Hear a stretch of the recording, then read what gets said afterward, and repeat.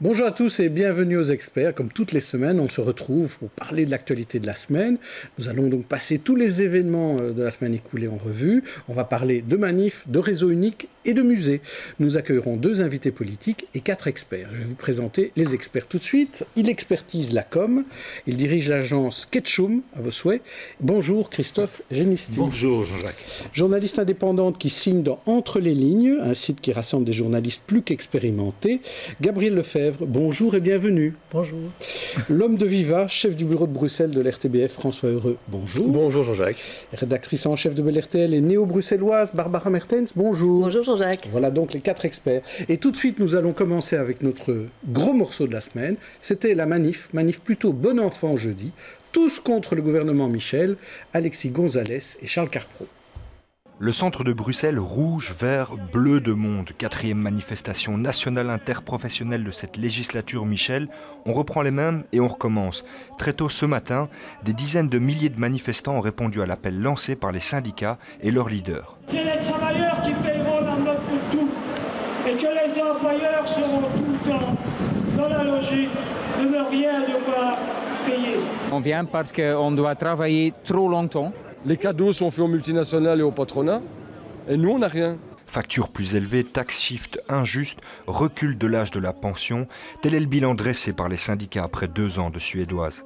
En tête de liste de leurs revendications, l'annulation pure et simple de la loi Peters, mais aussi une pensée pour Caterpillar, dont une délégation était présente dans le cortège. C'était important pour toute la délégation d'être là, d'abord pour témoigner pour tous les employés et les cadres de l'entreprise qui sont victimes de la décision de Caterpillar et pour dire aussi que ce que veut faire Peters avec sa nouvelle législation, on a tout expérimenté chez Caterpillar, on a tout fait pour que l'entreprise puisse avoir ce qu'elle voulait. Beaucoup de monde, très diversifié, des Flamands, des Wallons, des Bruxellois, beaucoup de jeunes et des messages assez clairs. Quand on écoute les manifestants, ils savent ce que c'est la loi Peters et ils savent qu'ils n'en veulent pas. Les gens ne veulent pas travailler 6 jours par semaine, travailler 40 heures ou 45 heures par semaine. Et donc ce gouvernement reçoit un message clair. Après un départ donné depuis les jardins botaniques, des passages par la gare centrale et le boulevard Lemonnier, la manifestation s'est terminée à la gare du Midi vers 14h30. Hormis quelques bris dans les vitres du siège du PS à signaler, la manifestation fut assez calme en général. Très sincèrement, le cœur n'était pas vraiment à chahuter et on a suivi la manifestation et on se dit que il est grand temps qu'il y ait des solutions qui sortent. Aujourd'hui, on se réjouit qu'il n'y ait pas eu de débordement, surtout pour une raison. C'est que ça permet que le message de la manifestation, le message politique, ce que les gens sont venus dire contre la loi Peters pour défendre leur salaire, c'est ce message-là qui passe. Entre 45 et 70 000 personnes ont défilé dans les rues de Bruxelles aujourd'hui. Comme annoncé, la grève générale initialement prévue le 7 octobre n'aura pas lieu, mais une série d'actions sectorielles sont à prévoir. Alors Christophe Génisti, le cœur n'était pas à l'allégresse et n'était pas à gueuler. Non, le cœur n'était pas à l'allégresse et n'était pas à gueuler non plus, vous avez raison. Mais ce qui est important dans cette manifestation, c'est qu'il n'y a pas eu de débordement. Et depuis de nombreux mois, c'est peut-être la première manifestation sans débordement. Et ce que j'ai trouvé intéressant du point de vue de la communication, c'est que l'absence de débordement, du coup, permet de focaliser l'attention des observateurs et singulièrement des médias sur le message. Et on a beaucoup plus entendu le cœur du message dans votre reportage qu'on ne l'entendait l'année dernière dans des manifestations qui tournaient mal, où finalement on ne savait même plus quel était le message. Donc cette absence de débordement, peut-être une morosité dans cette manifestation, fait que on comprend quand même quelque chose un peu mieux. C'est un triste anniversaire, 2 ans de gouvernement Michel pour tous ces manifestants, Gabriel Lefebvre. Mais j'ai suivi la manifestation, j'ai été dedans. Et je ne parlerai pas de morosité, si je peux me permettre, je parlerai plutôt de détermination. Il y avait vraiment, à mon sens, une détermination extrêmement profonde. Il n'y a pas eu de débordement parce qu'eux privilégient le message, et c'est normal, et c'est pour ça qu'ils se réunissent. Mais d'un autre côté, on sentait très bien la détermination de vraiment faire quelque chose et peut-être de passer à un stade supérieur de revendication si ce gouvernement continue à opposer une porte complètement close à leurs revendications. Et c'est vrai que le message de Caterpillar était très clair. On est là, on explique, on expose, on dit on a des idées, on sait ce qu'il faut faire. Ça aussi, c'est quelque chose que j'ai remarqué. Ils ont une expertise, une compétence absolument incroyable. Ils parlent Et ils peuvent parler à armes égales avec un gouvernement. Ce ne sont pas des revendications comme ça en l'air, c'est vraiment quelque chose qui est analysé, qui est étudié.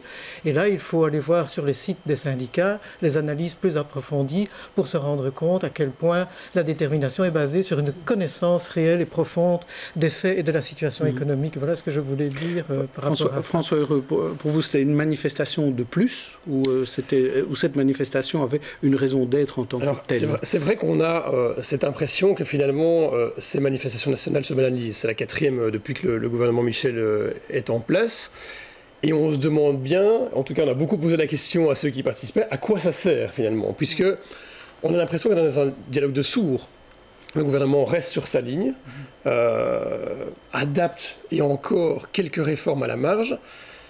Et ceux qui sont contre ce gouvernement restent sur leur ligne aussi. Donc on se demande un peu de quoi va accoucher ce dialogue de sourds. Mais ici, moi, ce qui m'a frappé, c'est que, je ne sais pas si vous avez la même impression, mais la CSC était beaucoup plus en avant cette fois-ci.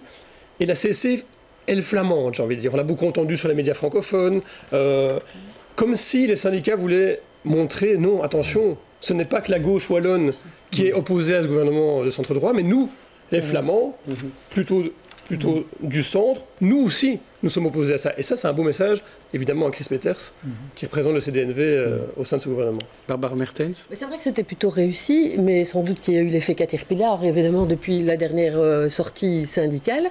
Mais en même temps, il y a quand même un peu de désespoir dans tout ça, parce que c'est vrai que tout le monde se demande, et les manifestants les premiers, bon, et maintenant? Alors, Margot Blais a bien envoyé un SMS à Charles Michel en lui demandant de ramener un peu de concertation dans tout ça. Il faut savoir que le club des 10, la concertation sociale, elle existe, elle se poursuit, elle continue. Donc, il y a une concertation sociale qui existe, il y a les manifestants dans la rue, et ce qu'il faut savoir aussi, c'est que c'était censé être le premier acte d'un automne social un peu plus rude, un peu plus dur, mais que le deuxième acte qui aurait dû avoir lieu le 7 octobre, c'est-à-dire la grande grève nationale, a été annulée. Et elle ne sera plus qu'une petite grève par secteur et dans certains secteurs. Donc c'est quand même, voilà, un petit peu de désillusion, j'ai l'impression. Eh bien, on va demander l'avis de nos invités politiques qui vont nous rejoindre, Benoît Serex et Olivier Deleuze.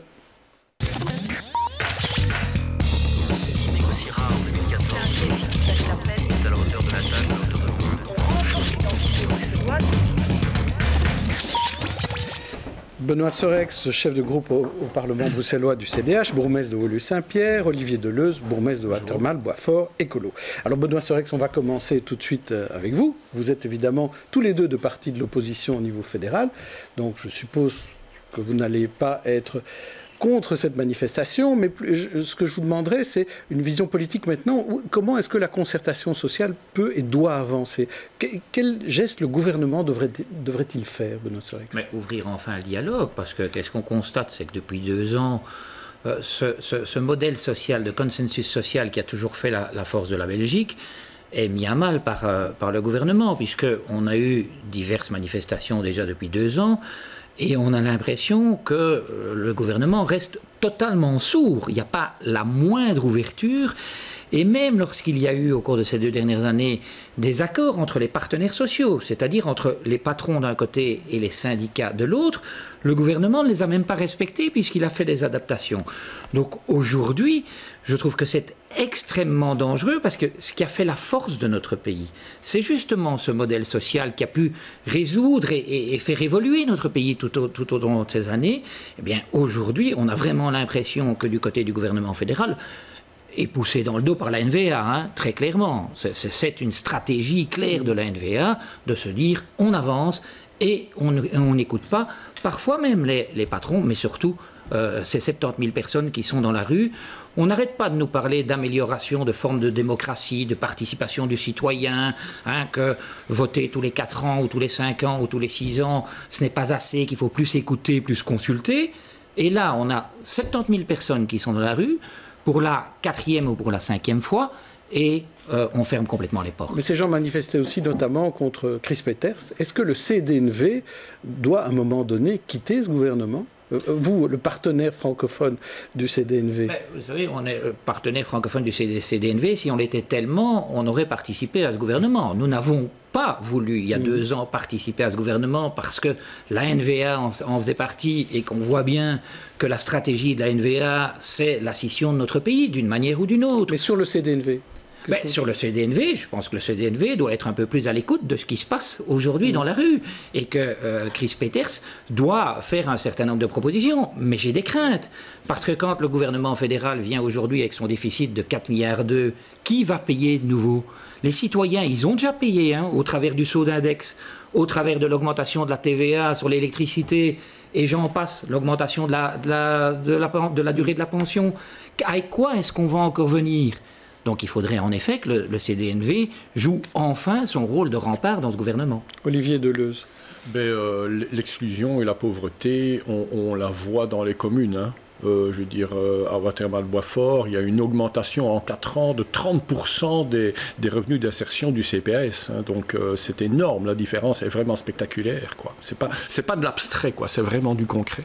Et donc moi je crois qu'il faut faire des choses concrètes, il faut faire des choses tangibles qu'on voit. Je veux dire par là, c'est quand même bizarre que des entreprises reçoivent des aides publiques et que même quand elles licencient, quand elles ferment, elles ne doivent pas rembourser ces aides. On met de l'argent public dans des entreprises qui après décident de fermer pour des raisons de stratégie interne, pas parce qu'elles sont en faillite, Caterpillar n'est pas en faillite, mais pour des raisons de stratégie interne. C'est quand même inacceptable, ça, que l'argent public soit... Bon, il faut du concret, à mon avis. Par exemple, la loi Renault, vous savez, cette loi qui fait qu'il faut des concertations quand même assez complexes et longues lorsqu'on veut fermer une entreprise. Mais il faut aussi que les sous-traitants soient inclus dans cette loi Renault, parce que de temps en temps, même souvent, des entreprises ferment, mais en fait, il y a plus d'emplois perdus chez les sous-traitants que chez les autres.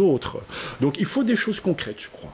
Mais au niveau politique, quand on voit les sondages maintenant qui sortent, les baromètres, on voit que toute cette situation profite plus au PTB qu'au Parti socialiste, et on voit même les partis comme les vôtres qui n'arrivent pas à émerger non plus spécialement.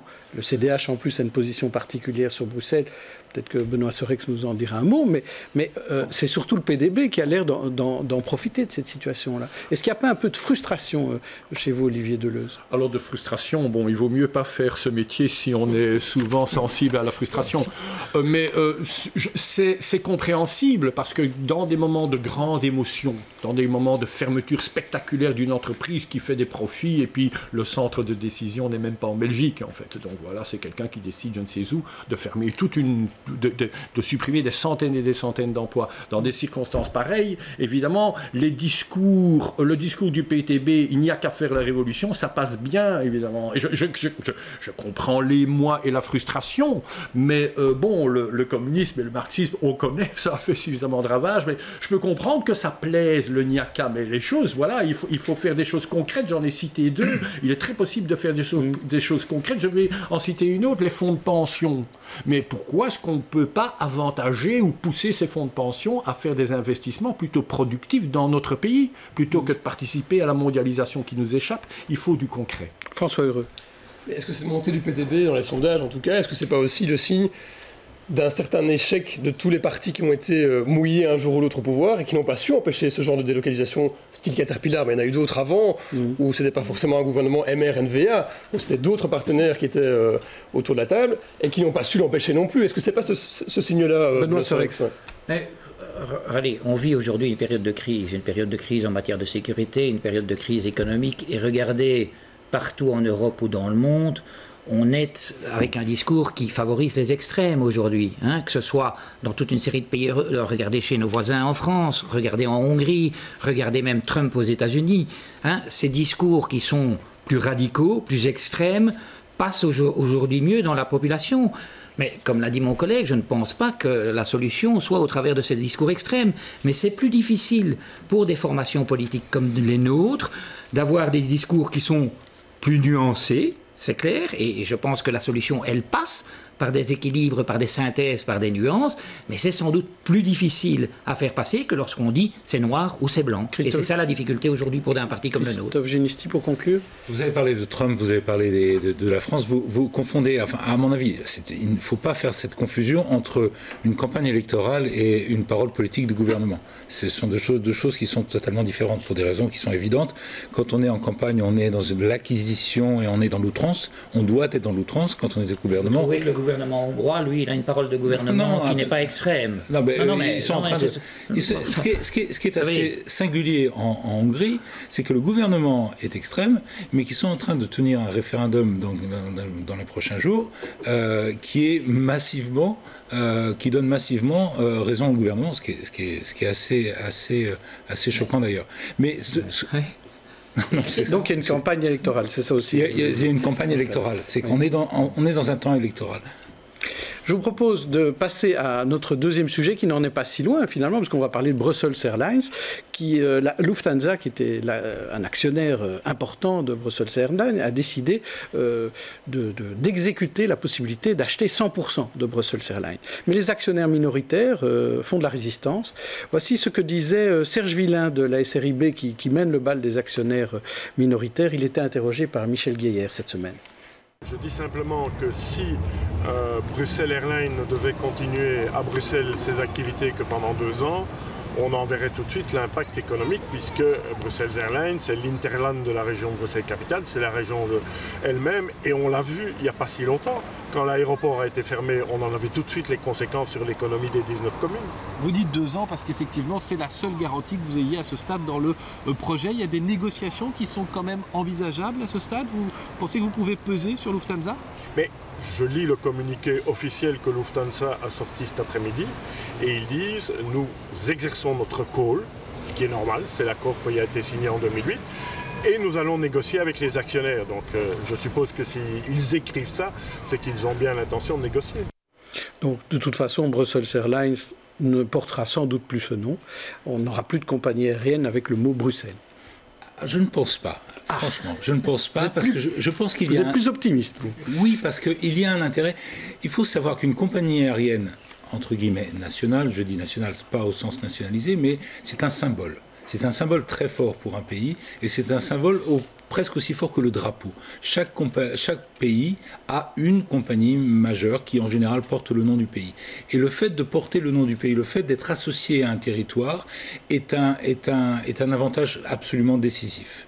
C'est-à-dire que ça ne pourrait pas continuer, si ça s'appelait Lufthansa, ça ne pourrait pas continuer avec les mêmes niveaux de performance ici en Belgique. Bon, on verra ce que les patrons de Lufthansa diront. Gabriel Lefebvre, vous n'avez pas l'air d'y croire, vous. Mais non, je crois que la principale compagnie aérienne belge, pour l'instant, c'est Ryanair, d'après le nombre, si j'ai bien compris, d'après le nombre de passagers. Donc je ne pense pas que ce soit le symbole d'un pays. Mais par contre, ceci révèle à quel point nous sommes dans une politique européenne absolument absurde au point de vue développement industriel. Nous savons très bien qu'il faut un développement industriel européen pour contrer les puissances économiques émergentes qui sont d'ailleurs en train de redescendre un petit peu, et américaines et chinoises, etc. Et nous sommes incapables de le faire parce que nous avons des politiques précisément nationales. Et entre nations, entre États européens, on n'arrête pas de se bagarrer, de se tirer la couverture chacun pour soi. On est incapable d'avoir une pensée, par exemple, pour la sidérurgie, plutôt que de tout laisser filer entre les mains de Lakshmi Mittal. On a tout perdu. Tout perdu. C'était un des fleurons aussi de notre économie, et historiquement en plus, on a vraiment tout perdu parce qu'on était incapable de s'entendre avec les Allemands, avec les Italiens, etc., pour créer un réseau sidérurgique. Par exemple, on doit avoir maintenant une autre pensée du développement économique et industriel. Et d'ailleurs, c'est assez intéressant. La première chose que Mme May en Grande-Bretagne, après le Brexit, nouvelle Première ministre, a dit, je veux une industrie britannique. C'est exactement ce qui nous tue, nous, dans nos développements, surtout pour un minuscule petit pays comme le nôtre. Donc je ne suis pas tellement sûr qu'il faut se replier sur soi. Par contre, je suis sûr d'une chose, c'est qu'on doit donner le maximum de nos moyens, non pas à ces grandes compagnies, à ces grandes multinationales, mais à nos PME, nos PME qui font le maximum d'emplois. Mais est-ce qu'on a des PME qui peuvent devenir des compagnies aériennes demain, qui peuvent sauver Zaventem ou l'économie de la région bruxelloise? Benoît Serex, on a toujours dit que l'aéroport, c'était très important pour Bruxelles. Oui, et c'est fondamental de maintenir une compagnie à ancrage belge. Vous savez, lorsque la Sabena est tombée en faillite, pourquoi est-ce que tout le monde s'est mobilisé? Parce que tout le monde économique belge, privé comme public, je vous rappelle que la région bruxelloise a investi, on l'a vu au travers de M. Villain, dans le capital, la région wallonne l'a fait aussi, les Flamands n'ont pas voulu le faire. Mais parce que c'est évidemment extrêmement important pour le développement économique de notre pays. Il faut savoir qu'aujourd'hui, Essen est un hub fondamental pour tout ce qui est voyage vers l'Afrique. Si demain, on a une stratégie d'une autre compagnie aérienne qui n'est pas la même, on va perdre tout ça. Et en plus, là je suis d'accord avec vous, continuer à avoir la marque Bruxelles qui vole au travers le monde, c'est évidemment extrêmement, extrêmement important. Et je voudrais bien savoir quelles sont les garanties aussi qu'on va nous donner pour l'emploi direct et l'emploi indirect autour de cet aéroport et de cette compagnie aérienne. Et enfin, d'après ce que j'ai lu, mais j'avais quand même participé à l'élaboration du dossier il y a quelques années, la stratégie de Lufthansa serait de faire du low cost ici à Bruxelles. Alors, si on a envie que Bruxelles National devienne un aéroport low cost, et qu'on ne soit plus un aéroport de compagnie de ligne, mais qu'on soit du low cost et du fret, bien ça je peux vous dire qu'à ce moment-là, on va perdre énormément au point de vue du développement économique et au bénéfice d'autres aéroports, Düsseldorf, retenez bien ce que je vous dis, qui se développe beaucoup, et Schiphol notamment à Amsterdam. Benoît Serex, pourquoi on a accepté alors ce call de Lufthansa en 2008, d'accepter qu'un jour il puisse avoir 100% de SN Airlines? Si on savait qu'à un moment donné, ce ne serait plus nous qui pourrions décider. Oui, parce qu'évidemment, moi je n'étais pas autour de la table à ce moment-là quand ça a été négocié, mais l'ASN avait besoin d'argent frais et on n'avait pas le choix. Avait besoin d'argent frais et sans doute, moi je ne veux pas faire de procès à ceux qui ont négocié ça à l'époque, sans doute qu'à ce moment-là ils ont dû insérer cette clause, mais on en paye les pots cassés aujourd'hui. Et alors proposer un montant de 2,5 millions d'euros, parce que c'est de ça qu'on parle manifestement, dites. C'est risible. Olivier Deleuze, vous partagez cette analyse? Oui, j'ajouterais que c'est une nouvelle manifestation de la suprématie de l'économie financière, en fait, par rapport aux industriels. Donc, comme les financiers ont le pouvoir, ils veulent rentabilité immédiate, ce qui est un grand frein aux investissements, puisque de temps en temps, un investissement, ça met quand même 10 ans à être rentabilisé. Et donc, on est complètement soumis, je dirais, à ce réflexe financier, ce qui fait qu'on assiste impuissant à des mouvements là. Il est important qu'au niveau européen, il y ait une politique industrielle. Donc, qu'est-ce qu'on pense? Où est l'avantage comparatif de l'Europe? Qu'est-ce qui va être comme secteur porteur dans quelques années? Où est-ce qu'on va donc mettre l'argent? Et non pas être comme ça, les bras croisés derrière le dos, assister à voir les avions des mouvements voler, financiers en fait. Et à regarder les avions voler. Exactement, c'est aberrant. Ouais. Merci pour ce débat sur Brussels Airlines. On va passer à un autre sujet où on va parler davantage d'art. Au moment où s'ouvrent 2 grandes expos bruxelloises à Paris, le centre Georges Pompidou vient d'annoncer, avec la région bruxelloise, vient d'annoncer un partenariat pour le futur musée d'art contemporain à Bruxelles, là, le bâtiment Citroën. Alors, visite de l'expo Magritte au centre Pompidou, justement, avec David Courrier et Marjorie Fellinger. Magritte reste une énigme à Bruxelles, comme ici à Paris, partout. Et plus on s'y frotte, plus il s'éloigne. Le visible, disait-il, cache toujours l'invisible. Je connaissais Magritte, mais là je le redécouvre. C'est vraiment... je sais pas, je trouve pas les mots, mais c'est une exposition qui est absolument fabuleuse et je suis vraiment très heureuse de pouvoir la voir dans ces conditions. Cette peinture, vous la connaissiez, madame? Non. Non. Étonnant, hein? Oui. Franchement, c'est... On sent vraiment l'influence de la philosophie? Oui, tout à fait. Tout à fait. En 1936, Magritte peint cette petite huile, la lampe philosophique. Et ça n'est pas étonnant. Depuis plusieurs années, le peintre conçoit son travail comme une démarche raisonnée, une peinture de l'esprit, intellectuelle oui, mais très accessible. Je pense qu'il y a plusieurs niveaux de lecture et Magritte s'en amusait. Il voulait faire des images qui étaient simples et efficaces. Il tenait sans doute ça de son expérience de publicitaire, de faire une image forte qui soit presque une affiche plutôt qu'un tableau. Et en même temps, c'est une peinture résonante et raisonnée. Car derrière Magritte, ce sont les philosophes que cette expo nous invite à traquer subtilement. Le lien apparaît soudain comme évident. Prenez l'allégorie de la caverne de Platon et vous la retrouvez comme par enchantement, revisitée par l'œil du peintre. Toute l'œuvre de Magritte est d'ailleurs pétrie de ses lectures. Il lisait sans doute peu de littérature, mais il a lu les grands philosophes. Il a lu Platon, il a lu Pline, il a lu Jankélévitch et les penseurs contemporains. Et il entretient, c'est ce qu'on montre dans les vitrines, des rapports privilégiés avec plusieurs d'entre eux, notamment avec Alphonse de Vélins, Chaim Perelman et surtout le plus connu Michel Foucault. Un parti pris inédit que nous propose le Centre Pompidou avec cette expo appelée La trahison des images et qui prouve que Magritte peut encore nous surprendre. Alors ces expos bruxelloises à Paris, ce musée parisien qui va venir à Bruxelles, ça fait de nouveau des liens Bruxelles-Paris très très forts dans l'art. C'est plein d'espoir évidemment. Enfin, parce que quand on a annoncé cette semaine cette belle collaboration entre le Centre Pompidou et le futur musée d'art contemporain à Bruxelles dans le bâtiment Citroën, on avait parlé de Guggenheim, on avait parlé du Louvre, mais c'est finalement Pompidou. En plus, il y a cette expo en même temps. Et ce qu'a dit le président du Centre Pompidou quand il est venu à Bruxelles me semble plutôt porteur d'espoir que l'art au cœur de la ville pour lutter contre le repli sur soi, contre les intolérances. Voilà, moi, il faut y croire. On ne peut qu'y croire, évidemment.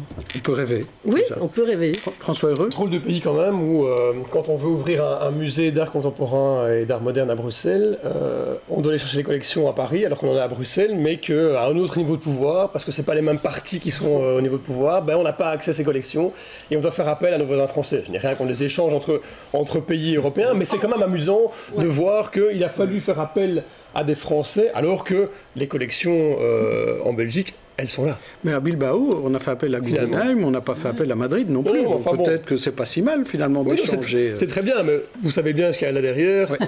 Rudy Vervoort est allé toquer à la porte française parce qu'ici à la porte fédérale, on ne voulait pas de lui. On ne voulait pas de lui. Ça... Oui. Alors Olivier Deleu, ce musée, bonne idée Excellente idée. Excellente idée. Ça, c'est très exemplatif de l'atout de Bruxelles, la ville internationale, la ville mondiale, qui attire des œuvres d'art françaises, des œuvres d'art internationales. Et alors, au fond, le défi pour nous, c'est que cette ville internationale profite aussi à la ville des résidents, à la ville des quartiers. Donc, par exemple, en ce qui concerne ce musée, ce serait sympa qu'il y ait aussi une place pour les artistes du coin, quoi, les artistes locaux. Donc, ça, je pense que c'est tout le défi de Bruxelles. On est connu dans le monde entier. Je veux dire, les gens connaissent Bruxelles, oublient que c'est en Belgique parce qu'ils connaissent plus Bruxelles que la Belgique. Et donc, comment faire pour que cette renommée internationale puisse profiter à nous, les Bruxellois. Et ce musée peut être une magnifique illustration de ce succès, en fait. Et je trouve ça très bien. Sur notre antenne, Julie De Groot avait dit que c'était fabuleux. Donc je suppose que c'est votre avis aussi, Benoît Serret, que c'est fabuleux. Je pense qu'il y a un grand consensus ici autour de la table pour dire qu'enfin c'est une bonne nouvelle. Oui. Non mais c'est vrai, de temps en temps il faut se réjouir quand il y a de bonnes nouvelles. Et c'est vrai qu'on manque d'événements d'importance ou de lieux comme ceux de musées qui ont un rayonnement bien au-delà de nos frontières. On a le musée Magritte, mais maintenant je pense que ça fera une deuxième pièce sur ce puzzle et donc je trouve ça très bien. Alors c'est vrai que c'est un peu un pied de nez au gouvernement fédéral qui a refusé.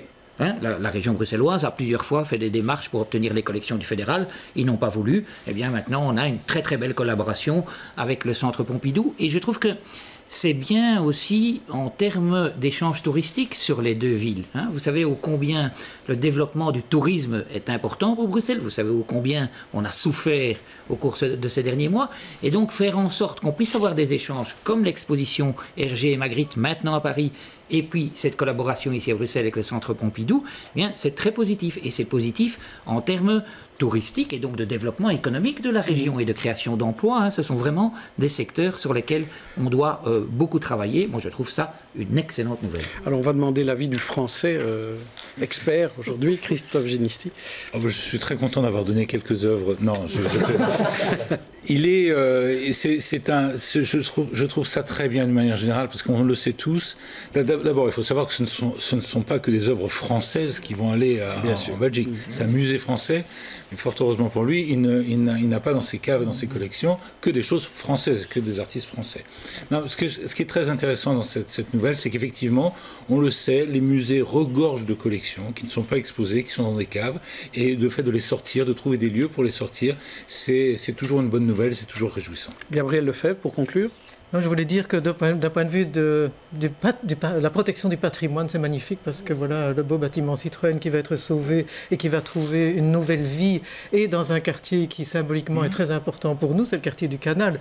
Alors on est dans la lignée de toute cette revalorisation du quartier du Canal qui passe de l'industrie, disons, un peu parfois polluante et un peu lourde, si j'ose dire, et va s'orner maintenant d'un fleuron culturel qui manquait. Il y a Tour et Taxi, pas tellement loin. Il y a vraiment une dynamique extraordinaire en espérant que ça n'entraîne pas une gentrification de la du zone. quartier.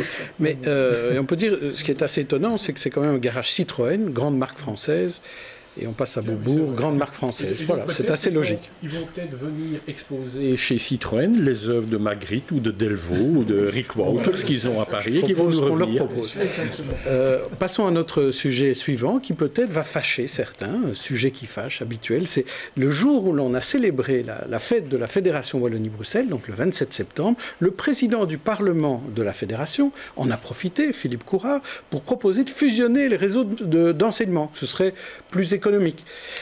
Débat houleux dans le magazine M, où on a entendu la représentante de la CGSP qui est pour cette fusion et le représentant de l'enseignant catholique. Écoutez-les, regardez-les tous les deux.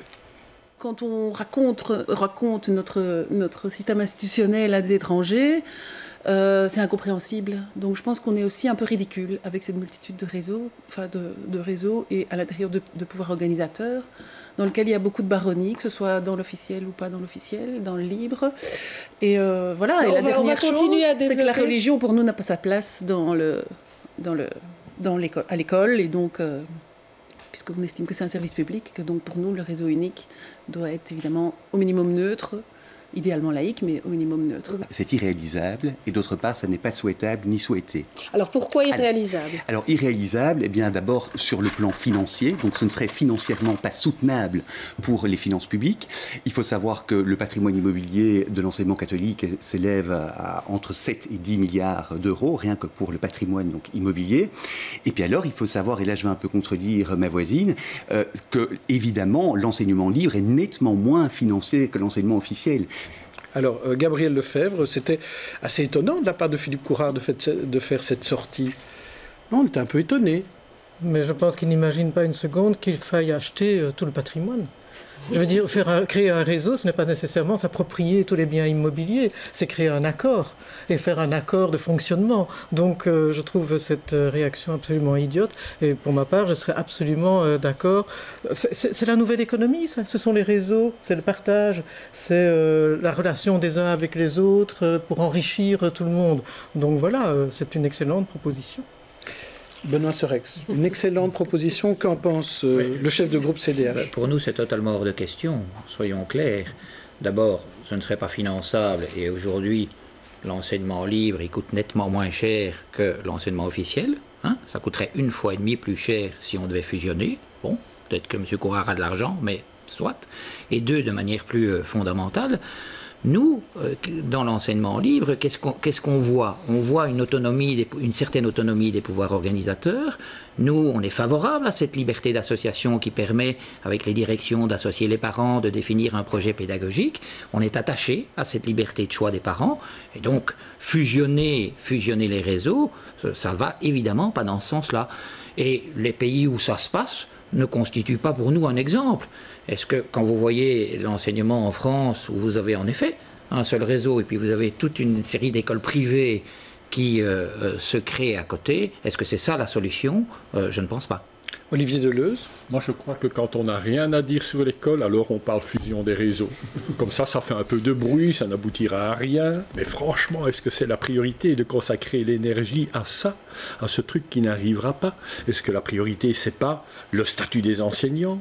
Est-ce que c'est pas l'école maternelle, revaloriser l'école maternelle, construire plus d'écoles, la formation à Bruxelles? Mais alors quand vous ne savez pas le faire, alors vous agitez, prenez hop, fusion des réseaux, ça fait un grand chaos, et comme ça on ne parle pas du reste, mais c'est le reste qui est important. Ça coûte plus cher.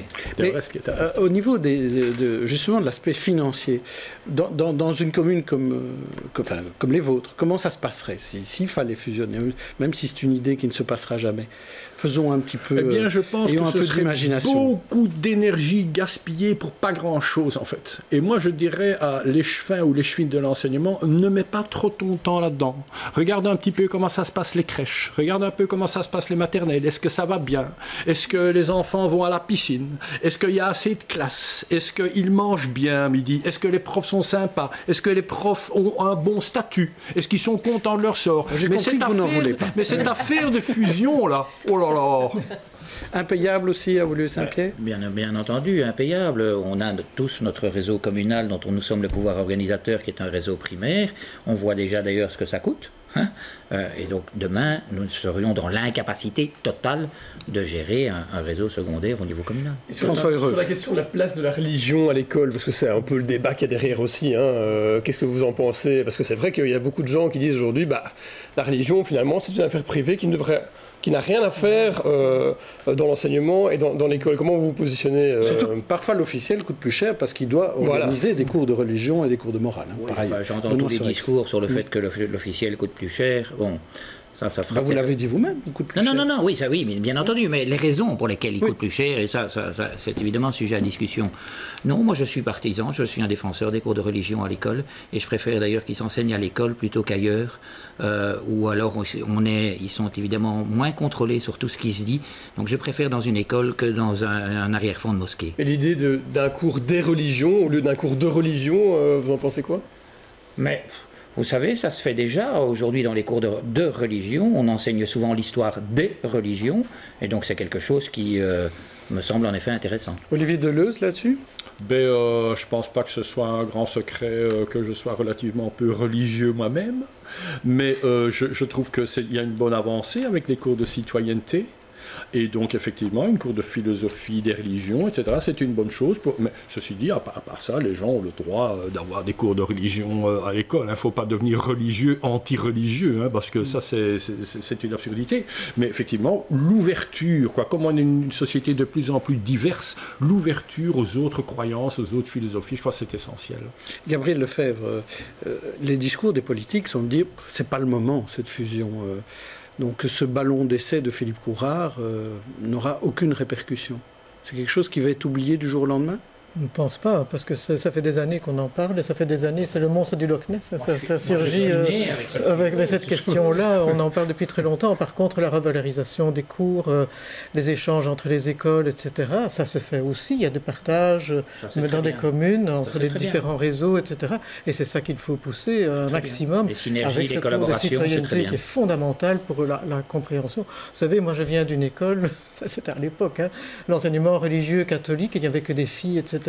Donc je suis pour l'abolition de ce genre de système-là, parce que c'était vraiment l'antithèse de l'ouverture au monde et de la modernité. Non, mais j'ai connu ça. Donc je suis assez opposé au... Moi aussi, c'était pas dans la même école, en tout cas. Ça, on est sûr. Les garçons étaient interdits. Très bien, on va passer à notre dernier sujet. On va voir aussi si ce sujet-là vous fâche ou pas. C'était le petit commerce qu'il ne faut pas oublier. Après la journée du client qui a eu lieu samedi dernier, c'était la journée du piétonnier pendant la semaine. Tous les commerces n'y ferment pas, dit Yvan Mayer. Certains même ouvrent dans le piétonnier. Reportage d'Elisabeth Groutars. Dernier préparatif avant l'ouverture de ce supermarché sur le piétonnier. Dans l'ancien passage Saint-Honoré, délaissé par les commerçants, une quarantaine d'employés sont presque prêts à accueillir dès demain habitants de la capitale et touristes du monde entier. On se trouve quand même dans un quartier assez particulier, un quartier qui déjà répond à la demande des habitants, parce qu'on voyait très clairement que l'habitant est à la recherche d'un supermarché, mais également du touriste. Et donc là, le mix, vous allez le trouver dans le magasin, un assortiment pour l'habitant, mais également les chocolats et quelques autres boissons pour le touriste qui vient quand même passer quelques jours ici à Bruxelles. Ce supermarché n'est pas le seul à voir dans le piétonnier une véritable source de profit. Rue Henri Mauss, 3 nouveaux restaurants ont déjà vu le jour en moins d'un an. On a ouvert en novembre 2015. On a 2 magasins. On a un dans le haut de la ville, sur l'avenue Louise. Et ici, c'est notre deuxième donc, à la Bourse. Et si on compare les chiffres, mis à part les attentats du mois de mars, on est presque quasiment au même niveau, tant que le lunch que le soir. Donc oui, je crois que si on s'investit, si on offre des produits de qualité, c'est un bon point de vente. Grâce à ce resto, vous avez créé combien d'emplois ? Ici, on a créé 13 emplois. Le piétonnier n'a pas a priori un objectif commercial. C'est un changement de ville pour vivre autrement, pour avoir en ville un espace public qui soit dédié aux citoyens, qui soit dédié à la population. Mais par ailleurs, il faut en profiter pour y amener du commerce qui n'existait pas ou qui périclitait ici dans le centre-ville depuis de nombreuses années et rehausser la qualité commerciale. Il faut être concurrentiel des grands centres qui vont ouvrir en périphérie de Bruxelles ou à la limite de Bruxelles. Et pour ça, la concurrence, elle se fera sur base de la qualité qui sera offerte dans les commerces du centre-ville. De nouveaux commerces qui, pour près de la moitié, sont des établissements Horeca. Faute de rentabilité, ce magasin de dentelle, par exemple, deviendra bientôt lui aussi un restaurant. Alors François Heureux, tout va bien sur le piétonnier, les commerces fleurissent. Alors, précisons d'abord que le carrefour qui vient d'ouvrir, c'est pas tout à fait sur le piétonnier qui pose problème. Vous savez, ce fameux tronçon entre De Broekère et la Bourse pour faire gros, il a ouvert sur une partie piétonne qu'il est depuis des années. Donc voilà, la communication est un peu... à l'avantage d'Yvon Mayer, évidemment, ça c'est normal. On peut aussi parler de l'hôtel Métropole qui ne va pas bien du tout et qui a mis en vente une partie de son capital. Soit. Je crois qu'Yvon Mayer ici est très sincère dans l'interview qu'il vous a accordée. Il dit on doit être concurrentiel et on doit proposer un nouveau type de commerce. Il le dit très clairement. Donc je pense que ce qui est un peu dans le collimateur de la ville de Bruxelles aujourd'hui, ce sont ces commerces dont on ne veut plus, qui ne correspondent plus à l'image qu'on aimerait vendre de ce piétonnier avec des nouveaux commerces, des trucs un peu branchés, enfin vous voyez un peu ce que je veux dire. Je crois que c'est là le point majeur. C'est pas vraiment que les commerces vont bien ou vont pas bien sur le piétonnier, c'est que la ville veut un certain type de commerce et qu'elle fait tout dans sa politique pour amener ce type de commerce sur le piétonnier, me semble-t-il. Mais c'est souvent un problème, Benoît Serec, c'est comment amener des commerces à certains, je pense à des noyaux commerciaux chez vous, comme Stockel, la place du Mont, ou peut-être la place Caïm à Boisfort. Comment est-ce qu'on fait pour amener certains commerces et dissuader d'autres commerces d'y venir? Est-ce que la commune a les outils pour faire ça? En principe, c'est difficile parce que travailler sur la diversité commerciale, c'est ça qui est important. C'est ça qui fait l'attractivité d'un noyau, comme ce que vous retrouvez dans une galerie commerçante où là, c'est une gestion privée.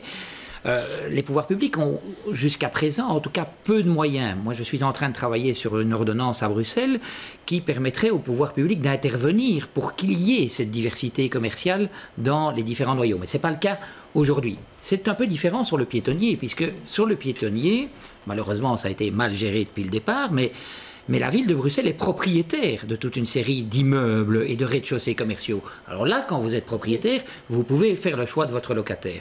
Mais moi, j'avais entendu M. Mayer, il y a quelques semaines ou quelques mois, nous annoncer qu'il y aurait toute une série d'enseignes importantes qui viendraient s'installer sur le piétonnier. C'était un genre Champs-Élysées 2, c'est comme ça que j'avais compris. Mais aujourd'hui, quand je vois la présentation qu'il a faite il y a quelques jours, on en est encore très loin. Et c'est normal, parce que ces commerces de qualité-là ne viendront s'installer que dans un espace public qui est aussi de qualité. Et ça, vous ne pouvez pas me dire qu'aujourd'hui, c'est le cas. On a mis la charrue avant les bœufs, on a mis quelques blocs de béton pour barrer quelques routes, et puis on a dit c'est un piétonnier. Non, c'est pas comme ça que ça se pense. Et eux vont le faire maintenant dans les prochains mois, mais ça va aussi pénaliser les commerçants pendant toute cette durée de travaux. Ça fait 1 an et demi maintenant que ce piétonnier a été lancé, et malheureusement, après 1 an et demi, on doit bien constater que c'est un échec. Olivier Deleuze, échec aussi pour vous, cette vision d'amener des commerces un peu chics dans le centre? Voir, c'est un peu tôt, on va voir. Et évidemment, la situation du centre de Bruxelles est très particulière. Et là, effectivement, on peut imaginer qu'il peut y avoir des grandes enseignes et des magasins spécialisés qui viennent parce que c'est le lieu touristique par excellence, évidemment, juste à côté de la Grande Place. Bon, à Watermal-Boisfort, c'est complètement différent, c'est un village. Donc là, ce qu'on essaye de faire, c'est pas des commerces spécialisés, c'est des commerces qui sont pour les résidents, les gens qui sont là, des boulangeries, des librairies, des épiceries, des choses comme ça, pour qu'on ne soit pas obligé de prendre son automobile et d'aller dans une grande surface quand on veut acheter un pain. Et c'est ça, je crois, le défi des communes qui sont un peu loin du centre, et c'est pas facile. Je crois que ce qui est important pour augmenter la chance de réussir, c'est qu'il y ait une longue concertation, de bien être clair avec tous les gens qui habitent là, ce qu'on veut faire, quoi, pour que ça soit un espace où les gens se rencontrent de nouveau. Tiens, je vais acheter mon pain en bas de la rue, quoi. Je ne dois pas filer dans je ne sais quelle grande enseigne à pain avec voiture, place de parking et tout ce qui s'ensuit. En fait, c'est à cause de vous que plus personne ne va aller dans le centre de Bruxelles. Hein. Écoutez, si j'avais ce pouvoir, ce serait magnifique. Barbara Mertens. Yvan Mayer a parlé des commerces dans le piétonnier, mais il a aussi parlé cette semaine des logements dans le piétonnier. Et il a indiqué que 2000 nouveaux logements allaient être créés dans cette zone qui est, il faut bien le reconnaître, ça fait 1 an et demi que ça dure, mais qui est quand même en mutation.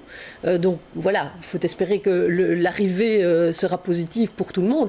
Et puis alors cette sortie sur les commerces dans le centre de Bruxelles, elle arrive à quelques jours maintenant de l'ouverture, de l'inauguration du fameux Docks Brussels, qui est le tout nouveau centre commercial, qui n'est pas très très loin non plus du centre de Bruxelles. Donc il y a un intérêt évidemment, il y a un intérêt évidemment à dire que ça va bien et que de nouvelles enseignes vont venir dans le centre de Bruxelles pour éviter qu'il ne se vide vers ce nouveau centre commercial qui va développer de fameux atours visiblement. Gabriel Lefebvre, vous voyez opiner du chef quand on parlait des logements Mais oui, c'est ça, je trouvais que c'était très bien de l'avoir souligné parce qu'on est en train de changer la fonction même du centre de la ville. Il retrouve son sens premier, si j'ose dire, à savoir, c'était les grands immeubles haussmanniens pour du logement, beaucoup de logements, énormément de logements. Et maintenant, le logement revient à Bruxelles. Et pour cela, il faut un espace où les gens se sentent bien. Et je suis quand même très frappé, on ne le dit pas suffisamment, mais depuis que c'est devenu un piétonnier, c'est devenu le vrai cœur de Bruxelles lorsqu'il y a eu un drame, lorsqu'il y a eu le drame de l'attentat terroriste, les gens sont venus à la Bourse. Ils ne viennent plus à la Grand Place, ils viennent à la Bourse. Et là, c'était un lieu multiculturel où l'on pouvait vraiment se rassembler en paix parce qu'il n'y avait pas de voiture et tout ça. Moi, j'ai encore le souvenir, j'en ai encore des frissons. C'était beau, c'était chaleureux, c'était convivial, malgré le fait qu'on n'a pas encore eu le temps de mettre les aménagements. Mais on a testé des aménagements. Je crois qu'il faut laisser le temps au temps. Mais l'idée et la pensée de ce piétonnier est quelque chose de remarquable. L'idée, la pensée, la mise en œuvre doit prendre un peu de temps, je pense, la mise en œuvre, mais ça a été testé. Et je pense qu'une partie des Bruxellois, en tout cas, se sont appropriés déjà. Et en tout cas, au point de vue résidentiel, je vois qu'il y a de plus en plus d'achats et de ventes de logements dans ce que... François Heureux. Oui, pour appuyer ce qui vient d'être dit, moi... l'être humain a très vite tendance à oublier ce qu'il y avait avant, quand on a changé quelque chose. Moi, je suis toujours frappé, quand je vais dans le piétonnier, d'essayer de me souvenir comment il était avant. Et franchement, quand je me souviens comment il était avant, je ne peux pas dire que c'est un échec, simplement. Voilà. Petite question à propos des piétonniers, parce qu'on en parle. Les commerçants le disent, monsieur. Malheureusement, malheureusement, je vous donne mon point de vue. Aujourd'hui, quand vous faites le tour des commerçants et qu'ils vous disent qu'ils ont perdu 25 ou 30% de leur chiffre d'affaires et que ça dure depuis 1 an et demi, ça pose problème. Mais il n'y a pas eu que le piétonnier. C'est pas que. Non, mais c'était même déjà avant les attentats. J'ai l'impression qu'on a déjà fait ce débat une douzaine de fois déjà.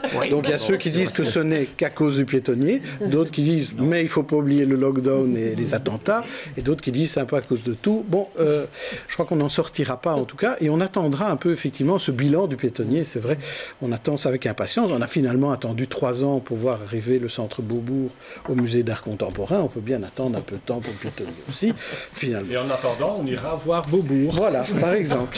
Moi je voulais revenir sur cette notion de piétonnier, parce que finalement dans Bruxelles, suite au piétonnier de Bruxelles, on a parlé du piétonnier de la chaussée d'Ixelles, d'une place du Mont en semi-piétonnier. Non, cher monsieur, c'est pas un semi-piétonnier. On parle de la place du Mont. Non, mais un piétonnier, c'est quoi, monsieur Deleu? C'est quand les voitures ne circulent plus. Autour de la place du Mont, les voitures vont continuer à circuler. Le projet qui est sur la table aujourd'hui, c'est un projet de suppression du stationnement sur la place, mais pas de la circulation. Et le stationnement, nous avons une alternative à 80 mètres de là, avec le parking du Stockel Square. Donc les gens doivent faire 80 mètres en plus qu'ils ne le font aujourd'hui. Bon, et malgré tout, ça suscite un certain nombre de contestations chez les commerçants, je ne le nie pas.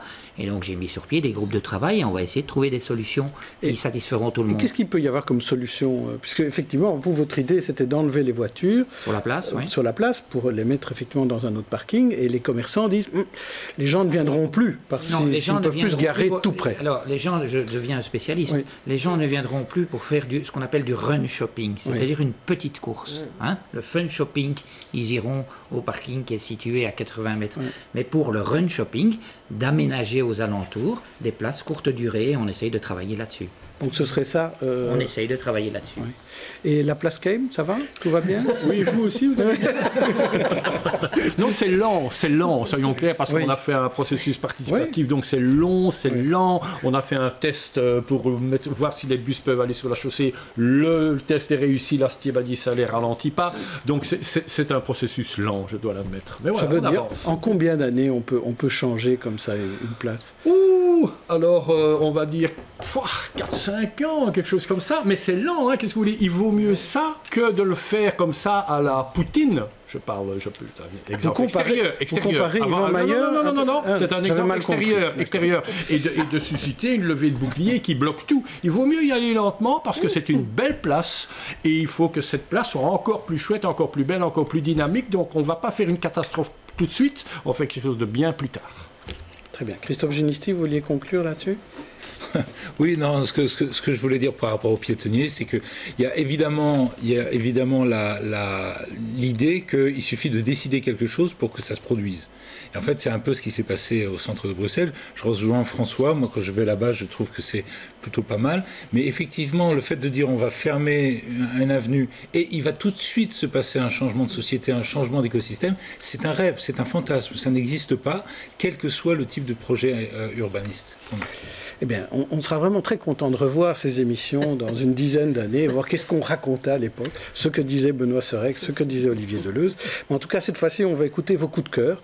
On va commencer avec votre coup de cœur, Christophe Ginisti. Vous voulez aller à la découverte d'entreprises demain dimanche. Oui, demain dimanche, il y a une manifestation qui est la découverte des entreprises, qui est une journée de découverte des entreprises, qui invite les personnes qui le souhaitent à aller se rendre dans des entreprises qui seront exceptionnellement ouvertes et qui les accueilleront ce jour-là.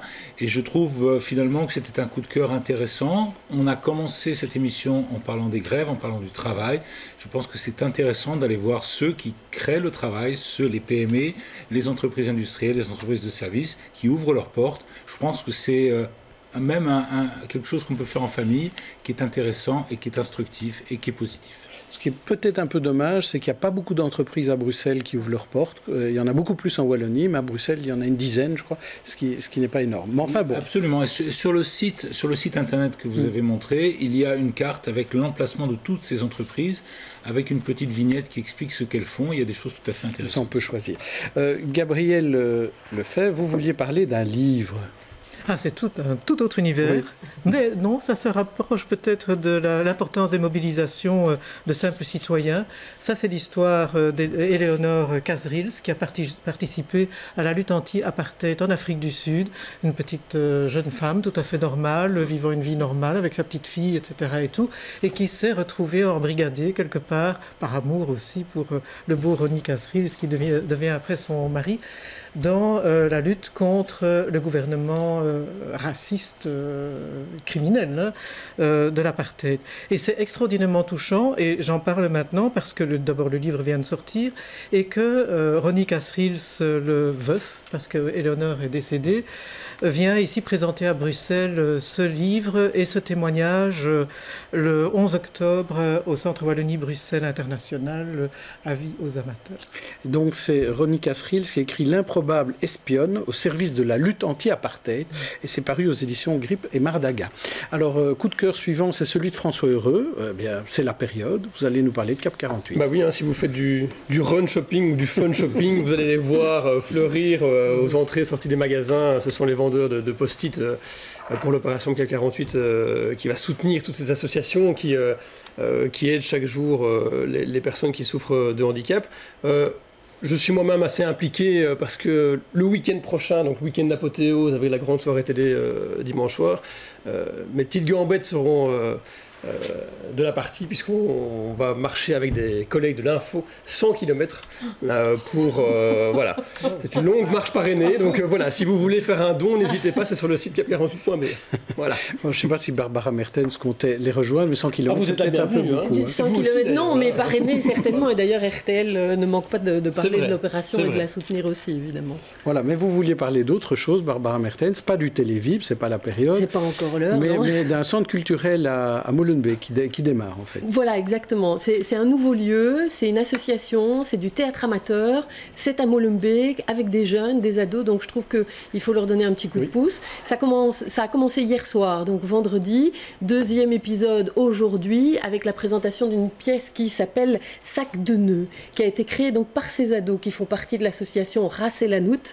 Elle a été créée au début de l'année, donc en plein Molenbeek bashing, si on peut dire, et elle traite de quoi? Des préjugés. Le pitch, c'est deux personnes qui arrivent à Molenbeek et on leur fait visiter. Alors Molenbeek, c'est pas le paradis évidemment, mais c'est pas l'enfer qu'on a voulu décrire non plus. Il y aura un deuxième volet pendant le week-end de Cap 48 avec une autre pièce qui s'appellera Niveau 4 et qui là va clairement parler du terrorisme et du rôle de Molenbeek que certains ont joué à Molenbeek dans les actes terroristes terribles qu'on a connus.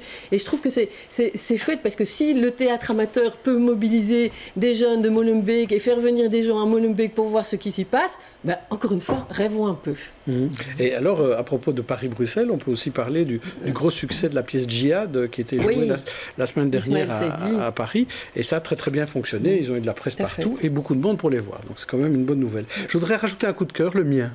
Ah oui, ça s'appelle La Revue de Presse. C'est une petite histoire des journaux satiriques et non conformistes. C'est de la BD faite par Romain Dutrex et Thomas Bletner. C'est édité par Fluide Glacial. C'est en fait des petits strips qui passaient dans Libération et qui expliquent un peu toute l'histoire de cette presse satirique. Ça part de l'Ami du Peuple qui a commencé au moment de la Révolution française. Ça passe par L'Assiette au beurre, Le Canard enchaîné, Charlie Hebdo. Et ça permet de raconter les histoires de tous ces titres qui ont souvent beaucoup souffert de la censure, et je trouve que c'est intéressant et surtout une manière assez originale de faire connaître ces titres de presse par la bande dessinée. Ça s'appelle donc La Revue de Presse et c'est aux éditions Fluide Glacial. Et maintenant je propose à nos invités de nous dire un peu qu'est-ce qu'eux nous conseillent de faire ce week-end, enfin ce dimanche ou le week-end prochain. Est-ce qu'il y a quelque chose de particulier à faire à Watermal-Boisfort par exemple? Alors s'il fait beau, et je ne sais pas s'il fait beau le week-end prochain, eh bien samedi matin on a convié aujourd'hui, ce matin, les habitants à nous aider à balayer la commune pour aller voir dans les buissons toutes les petites crasses qui s'y trouvent. Et alors dimanche, eh bien, venez par exemple voir du rugby à Watermal-Boisfort. Watermal-Boisfort, c'est le rugby. Il y a un match de rugby dimanche. Très, très rapidement, Benoît Sorex. Alors c'est la grande soirée des sportifs ce soir à Woluwe-Saint-Pierre, donc je vous y convie tous, puisque on remet les mérites sportifs. C'est vraiment une commune qui vit énormément dans toute une série de disciplines sportives et qui se termine par le bal des sports, et je peux vous dire qu'on va bien s'amuser. Merci à tous, merci aux chroniqueurs, merci aux invités. On se retrouve la semaine prochaine. Bon week-end, au revoir.